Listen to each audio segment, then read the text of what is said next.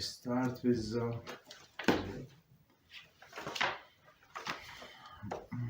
Sefer Shmiras Haloshon, and today's topic is verbal remembrance.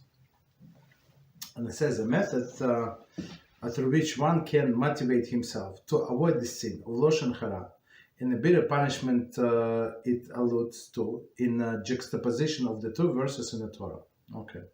Be aware of Tzaraas affliction, to be very careful and to act according to everything that the Kohanim, the Leviim shall teach you, as I have commanded them.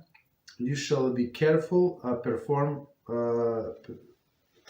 Very. Okay, so commentaries say that this verse prohibits any attempt to cut away the physical symptoms of Tzaraas. Okay, remember what Hashem, your God, did to Miriam on the way when you live in Egypt. This is the verse expounded abundance in different days. Okay, so now, like as we always say, it's good to know the laws, but how can I be motivated to abide by them? Right, that's a different story. To keep them. Right, as Rabbi Reuben always says, Shlita, that he will remember the punishment. Right, that's it's not his invention.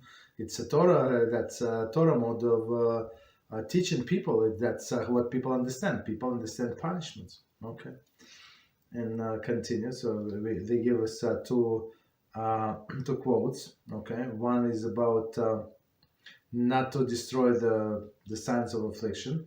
And second one, remember what Hashem did to Miriam. Continue. Sefer expounds, remember what Hashem, your God, did to Miriam. This cannot mean to remember in one's heart. For the previous verse says, be aware of the affliction. Already teaches that source of remembrance as Sefer expounds. This verse instructs us to always be aware of the sin of Lashon Hara. So Miriam, but whatever the same laws apply to us today, for which Tzaraas is a punishment. Okay, so remember the Loshon Hara, right? There's a sin, and the punishment is outcome is this Tzaraas. What then does remember imply? That we remind ourselves of this Miriam punishment verbally. So it's one of the things that we read after Shacharis, if you have time. I don't know how many people read it. I don't know, we're trying to do basics. Okay, but it's proper to read. It's in all of the Siddurim. Right, it's all in the Siddurim. For in Ashkenazi Siddur it's 6, and Sephardi it's 10. Okay, very interesting. Right, I mean 6 as from common, and then 4 they added. Okay, it's very interesting. Continue. Regarding the positive commandments, the Torah states that you may remember what commandments of Hashem are performed and perform them. Okay. In the same way, the verbal remembrance of severity of Lashon Hara is a prime way to avoid the transgression. When a person says out loud when he or she reminds themselves, that is going to be the consequences. And I think it's not only in this case, in case of Lashon Hara, but with every Avera. Like a person would fight with himself, herself. And just look, why do I need it? Like talk to yourself. Why do you need it? You know, all the consequences that can come out of this whatever I am about to do, and talk yourself out of it. Right? But it must be not in the conscious, but out loud. Okay. One may wonder, how is it that the people recite the verse, remember what Hashem, your God, did to Miriam on the way when they were living in Egypt each morning, and yet they speak Loshon Hara, right? That's the most common, right? They say,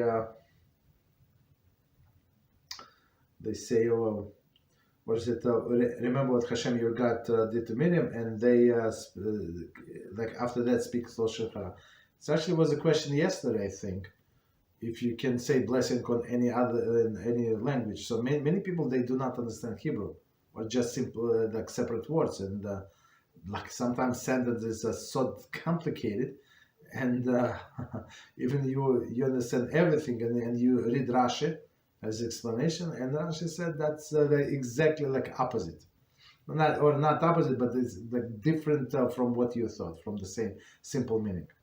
You understand? That's why all these things, when you learn, you must understand. When you pray, you're not obligated to understand. I mean, after the fact, if you know like basic meaning what you said, there is no problem, right? It is accepted and everything. But in learning, if you did not understand what you learn, it's not accepted. Okay. So the question, how come they read this verse and continue to speak Lashon Hara? Moreover, there are individuals who commit the sin immediately after reciting the verse. Unfortunately. Right? 4:11, 1 second, there is continuation. Continuation. 1 second. Okay, 4:11. 3:05. And says, the answer to this is obvious. The Torah states, for it's not an empty thing for you. Dvarim 32:47. Midrashically, this means that the Torah is not not heaven forfeit, empty. If you find to be unfulfilling, then the failure stems from you. Right? The fault is in you, not in the Torah. So I know some people, they say it's a typo. So why is it typo? Like everything for that person, not everything, but many times that person say it's a bad English. I said, why it's a bad English? Maybe you don't understand. Like why is it like sometimes when they translate like even Kitzur Shulchan Aruch. Even Kitzur Shulchan Aruch, like when you read in plus art scroll, the one sentence can be 7 lines. Okay, just because there's 7 lines, many commas, semicolons, does not mean that it's something wrong with that. It's something wrong is always with us. Okay, we stop here. Any questions on what you say? Rabbi? Yes, go ahead, please. So since these days we don't have the temple, and therefore we don't have Tzaraas because of this anymore. So do we get any type of affection on the skin for speaking Lashon Hara, or do we deal with any different consequences? Yeah, it's different consequences. So just to clarify this, what you said.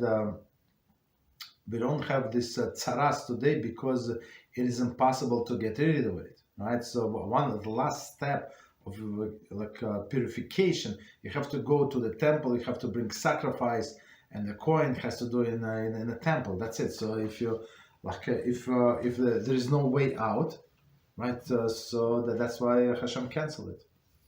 I mean, not cancel. Chas v'shalom, Hashem never canceled. He said. The story is forever. Some Chabadnik says it's canceled, but we know it's not. It's only postponed until there is circumstances available when we can complete it, do the mitzvah completely. Same with Nazir, right? Somebody wants to be a Nazir, so he's not allowed.